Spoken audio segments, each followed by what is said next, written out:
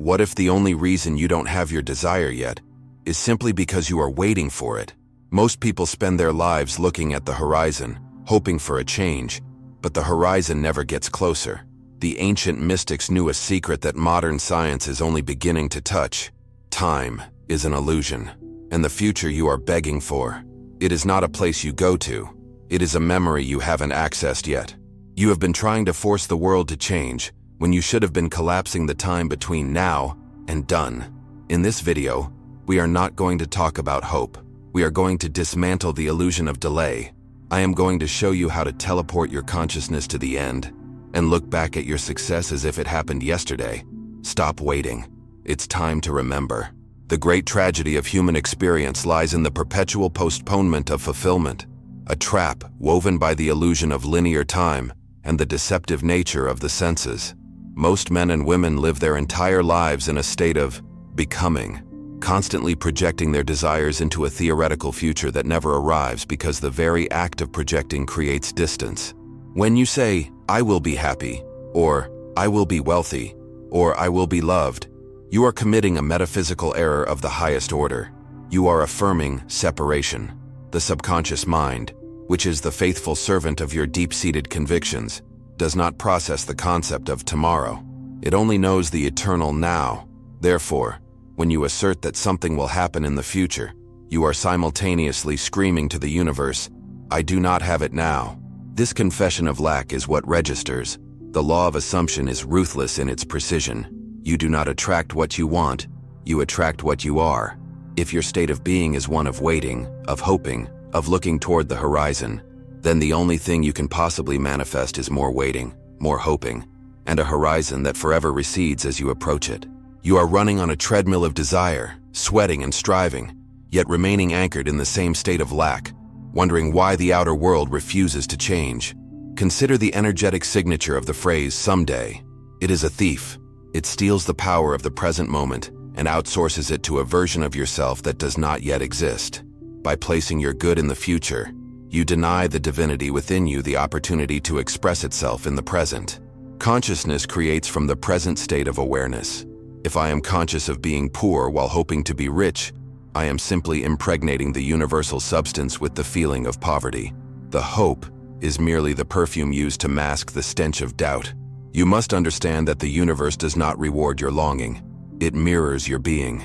Every time you check the 3D world for evidence that your desire is coming, you confirm that it is not here. This confirmation of absence hardens into fact. The walls of your limitation grow thicker with every "I hope" and every "it's coming." To break this cycle, you must stop interacting with the future as a destination and start understanding it as a frequency that you must tune into right now. The future is not a place you go to. It is a state of mind you occupy. As long as you view your desire as an event that must happen to you, you remain a victim of circumstance. You must shift from the passive anticipation of the beggar to the radical appropriation of the creator. But this goes deeper, into the very fabric of how reality is constructed.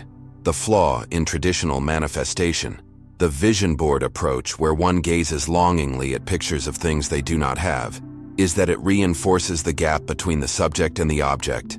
You are here, and the car, the house, the relationship is over there.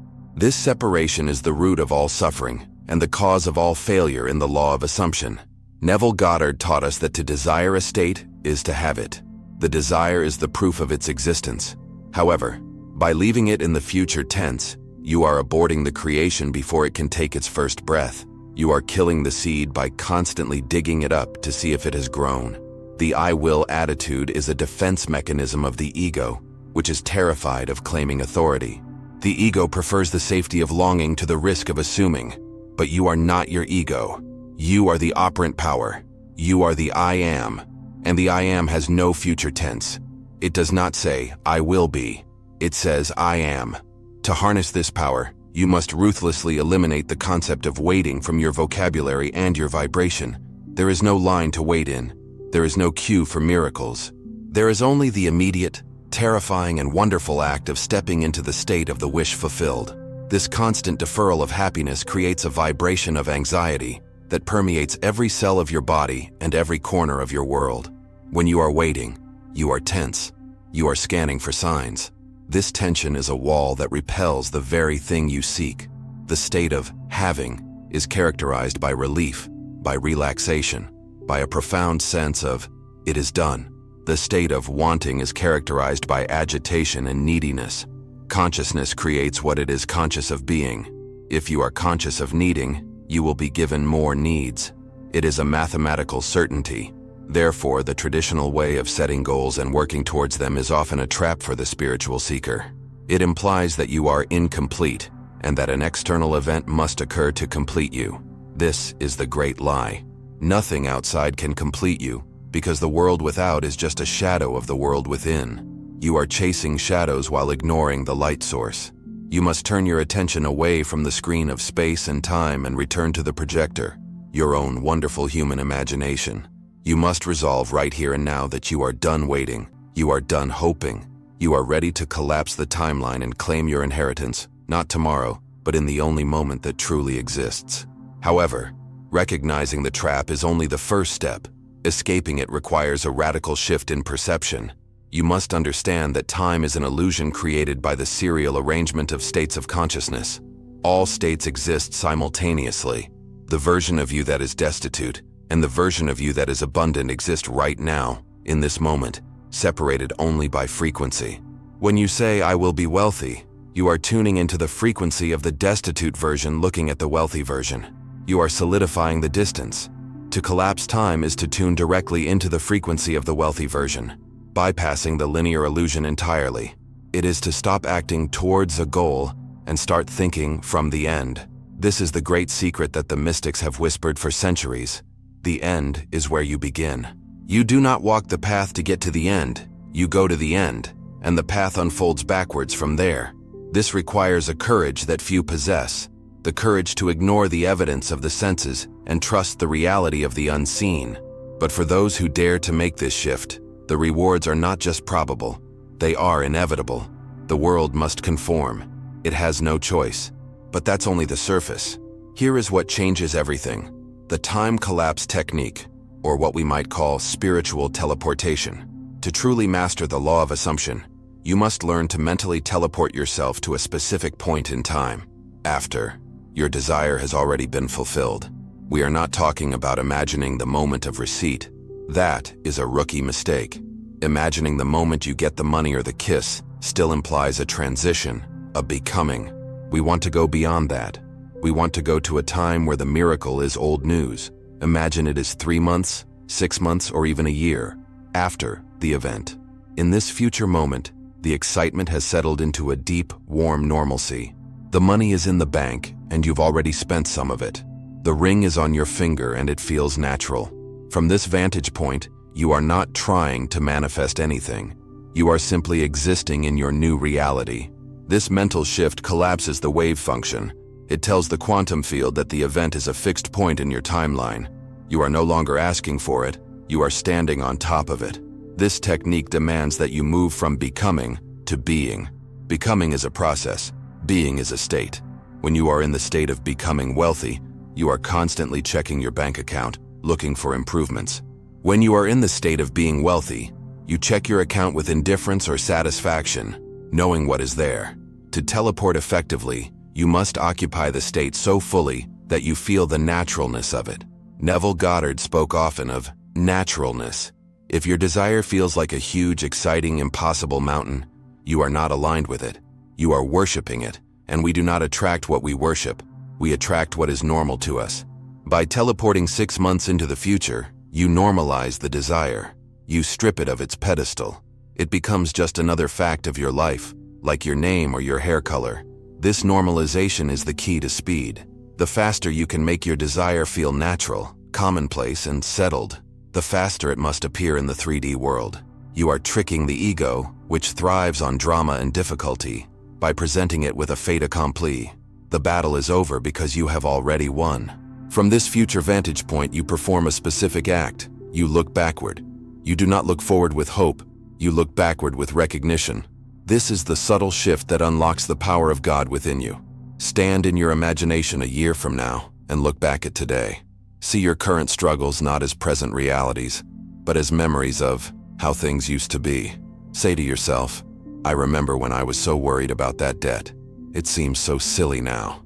I remember when I thought I would never meet anyone, and now look at us. This retrospective imagination is incredibly powerful because it implies that the bridge has already been crossed. You are not wondering how you will get there. You are remembering that you got there. It creates a vacuum in the universe that the bridge of incidents must fill. The how becomes irrelevant because the done is established. You are rewriting history before it happens.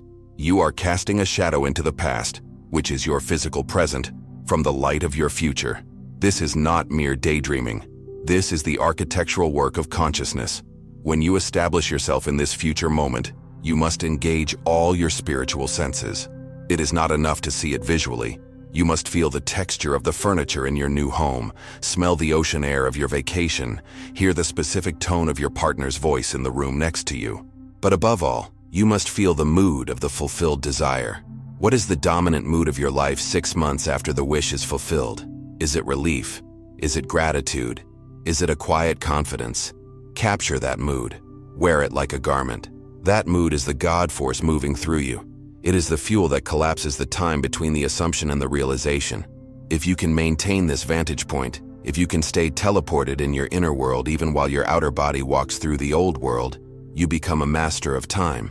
You stop waiting for the clock to tick and start commanding the clock to catch up to you. But be warned, this requires a duality of focus that can be challenging. You will walk through your physical day seeing the lack, but your inner eye must remain fixed on the future you have selected. You are in the world, but not of it. You are physically in the empty apartment, but psychologically, you are remembering this apartment from your mansion. This double vision is the mark of the awakened imagination. You do not deny the facts of the senses. You simply deny their finality. You recognize them as temporary shadows of past assumptions, while your real life is being lived in the future you have teleported to. This practice creates a cognitive dissonance in the brain that the subconscious seeks to resolve immediately. And since the subconscious cannot change the inner memory you have planted, it has no choice but to change the outer world to match it. The pressure builds, the dam breaks, and reality shifts. Now go deeper. To truly cement this shift, we must understand the difference between visualization and memory creation. This is where most students of the law fail. Visualization for many is an act of effort. They close their eyes and try to see the car, but underneath the image, there is a vibrating current of, I hope this happens. There is a subtle strain, a trying. A memory is different. A memory has no strain. It has weight. It has validity. When you remember your first kiss or the day you graduated or even what you had for lunch, you do not struggle to believe it. It is a recorded fact in your archive. The subconscious mind accepts memories as data, as unchangeable truths. It does not argue with a memory. It argues with daydreams, but it submits to history. Therefore, your task is not to visualize the future, but to remember it. You must hack the mechanism of memory to insert a future event into the slot of a past experience. When you treat your imaginal act as a memory, you bypass the critical factor, the guardian at the gate of the subconscious that rejects new ideas. If you say, I am wealthy, the critical factor looks at your bank account and says, no, you're not. But if you say, I remember when I became wealthy, the critical factor is confused. It searches for the memory, and if you have constructed it vividly enough with feeling, it accepts it. Ah, yes, that happened. Once the subconscious accepts the memory, the war is over. The manifestation is guaranteed. The subconscious is a cybernetic mechanism. Once programmed with a destination, a memory, it will steer the entire machinery of your life to arrive at that coordinate. It does not care if the memory is real in the 3D sense. It only cares if it is real in the fourth-dimensional sense of feeling. By converting your desires into memories, you are speaking the native language of the subconscious mind. You are giving it a command it cannot disobey. This process of collapsing time by creating a memory essentially folds the timeline. Imagine time as a piece of paper with now on one end and desire on the other. Traditional manifestation tries to draw a line from one to the other. Memory creation folds the paper so the 2 points touch. By remembering the future, you are telling consciousness that the event has already occurred. This removes the greatest block to manifestation, the state of waiting. You cannot wait for what you remember. The psychological stance of remembering is one of absolute possession. You own your past. No one can take your memories away from you. When you own your future with the same certainty that you own your past, you become invincible. The 3D world, which is slow and sluggish, is forced to rush to catch up with your new internal timeline. You might find events accelerating at a dizzying pace. Coincidences stack up. This is the universe rearranging itself to align with the false memory you have implanted. Furthermore, memories are often fragmentary, sensory, and non-linear, which makes them easier to construct than perfect movie scenes. You don't need to visualize every detail of the wedding. You just need the memory of the weight of the ring and the feeling of the dance. You need the tone of the reality. A memory feels settled. It doesn't have the frenetic energy of a wish. It has the calm gravity of a fact. Use this.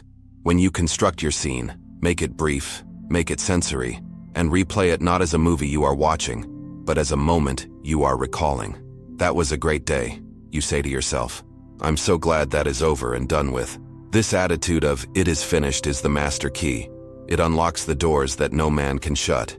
You are hacking the simulation by rewriting the code of your history before the program has run it. So, how do we apply this? We must move from theory to step-by-step practice. The most potent time to do this is in the state akin to sleep, SATS, the drowsiness just before unconsciousness. In this state, the door to the subconscious is ajar. Do not waste this time worrying about tomorrow. Instead, induce the teleportation. Close your eyes and physically feel yourself sliding forward in time. Say to yourself, "It is done." It is 6 months later. Then, from that position, call up the memory. If you want a promotion, do not imagine the boss offering it. Imagine a celebratory dinner with your family 3 months after the promotion. Hear the clinking of the glasses. Feel the satisfaction in your belly. Hear a friend say, "I knew you would do it," and reply, "Yes, it's been an amazing few months." Replay this short memory loop over and over. Make it sticky. Make it real. Fall asleep in the memory, not in the desire. Fall asleep in the after, not the before. But the practice must not end when you wake up. You must carry this memory into your daily shift. Throughout the day, the world will present you with evidence of your old state. Bills will arrive. Loneliness will strike. Pain will flare. This is the testing ground. In these moments, you must not react. You must rewrite. Shift your inner monologue instantly. I remember when I used to struggle with this. It feels like a lifetime ago. Treat the present moment as a fading echo of a past you have already outgrown. This is called revise as you go. Do not let the 3D world dictate your state. Impose your memory upon the 3D world. If you are walking to the bus, walk with the feeling that you are remembering this bus ride from the seat of your new car. I remember when I had to take the bus. It taught me patience. By framing the present struggle as a past lesson, you extract the sting of suffering and replace it with the vibration of mastery. Let's look at specific scenarios. For money, stop imagining a check in the mail. That implies it hasn't arrived. Instead, remember the feeling of relief you felt 3 months ago when you became debt-free. Recall the conversation you had with your bank manager where he congratulated you. Feel the texture of the leather chair you sat in. Make it a mundane, settled fact. For relationships, do not imagine a wedding. Remember the first anniversary. Look at your partner in your imagination and feel the familiarity, the comfort, the established bond. Remember the day you met as a sweet, distant memory. Can you believe it's been a year? You say in your mind. This bypasses the desperate energy of dating and anchors you in the energy of marriage. For health, do not imagine the healing process. Remember the day you went hiking after your full recovery. Feel the wind on your face and the strength in your legs, and recall the doctor's confusion at your miraculous turnaround. They didn't think I could do it, you think with a smile. You are looking back at the illness as a closed chapter. This practice requires persistence. You cannot do it once and then go back to complaining. You must live in the end. You must make the future memory your dwelling place. It is a discipline of the mind. Every time your mind drifts back to the how or the when, gently pull it back to the remember when. You are training your imagination to be obedient to your will. Most people's imaginations are wild horses, running after every fear and worst-case scenario. You must take the reins. You must guide the horse to the pasture of the wish fulfilled and make it eat the grass of fulfillment. The more you return to this memory, the more natural it becomes. Eventually, the memory will feel more real than your physical surroundings. That is the tipping point. That is when the energy shifts, and the outer world begins to crack and crumble to make way for the new creation. Achieving this state leads to the ultimate spiritual paradox: detachment. When you truly remember something as a past event, you achieve total detachment from the result. Why? Because you don't worry about losing what you already have, and you certainly don't worry about getting what you remember having. The anxiety of, will it happen, dissolves into the certainty of it happened. This is the only type of detachment that works. It is not an indifference to the desire. It is an indifference to the absence of the desire. You are no longer checking the mail for the money because, in your reality, the money was deposited months ago. You are no longer checking your phone for the text because you are already in the relationship. This removes the desperate grasp that chokes manifestation. You let go, not because you gave up, but because you received. This detachment allows the bridge of incidents to form. This is a concept Neville emphasized. You do not move physically to the state. You move psychologically, and a bridge of events appears to carry you there. You do not need to know what the bridge is. It might be a chance encounter, a firing, a hiring, a lost train, a sudden inspiration. These events might seem good or bad at the moment, but they are all stones in the bridge leading you to the fulfillment of your memory. When you are living from the end, you do not judge the events of the day. You know that everything is conspiring to bring about the reality you have accepted. You don't try to force the doors open. You walk through them as they appear. The how is the domain of the higher self, the dimension of yourself that sees the entire tapestry. Your job is the what and the end. By living in the memory of the future, you align yourself with the non-linear nature of consciousness. You realize that creation is finished. The script is written. You are just selecting which scene to play. When you remove the struggle of how, you enter a state of flow. You stop paddling upstream against the current of circumstances and start floating downstream towards your ocean of abundance. The struggle is the surest sign that you have drifted from the end. If you are struggling, you are not remembering. You are trying to make it happen. Stop trying. Start remembering. The memory implies the completion. The completion implies the rest. And in that rest, the power of God explodes into action. You are the operant power. There is no one to change but self. There is no one to convince but self. The world is a mirror, endlessly reflecting your consciousness back to you. If you can stand in the midst of hell and remember heaven, heaven must appear. If you can stand in lack and remember abundance, abundance must rush to you. This is the law. It is not a respecter of persons. It is a respecter of states. So, dare to assume the dignity of the one who has already won. Dare to collapse the time. Dare to look at your desire not as a future hope, but as a past fact. And watch, with wonder and awe, as the universe rearranges the stars themselves to honor your assumption. You are no longer the person who clicked on this video. That version of you was waiting. The version of you that exists now remembers. The gap is closed. The time is collapsed. Do not go back to the old story of how and when. Walk from this moment with the quiet, unshakable confidence of someone who has already seen the end of the movie. You don't need a sign. You are the sign. Tell me in the comments, what future memory are you accepting as a fact right now? Subscribe, turn on the bell, and do not let this feeling fade. If this shifted something in your soul, the next video will show you how to keep it there forever.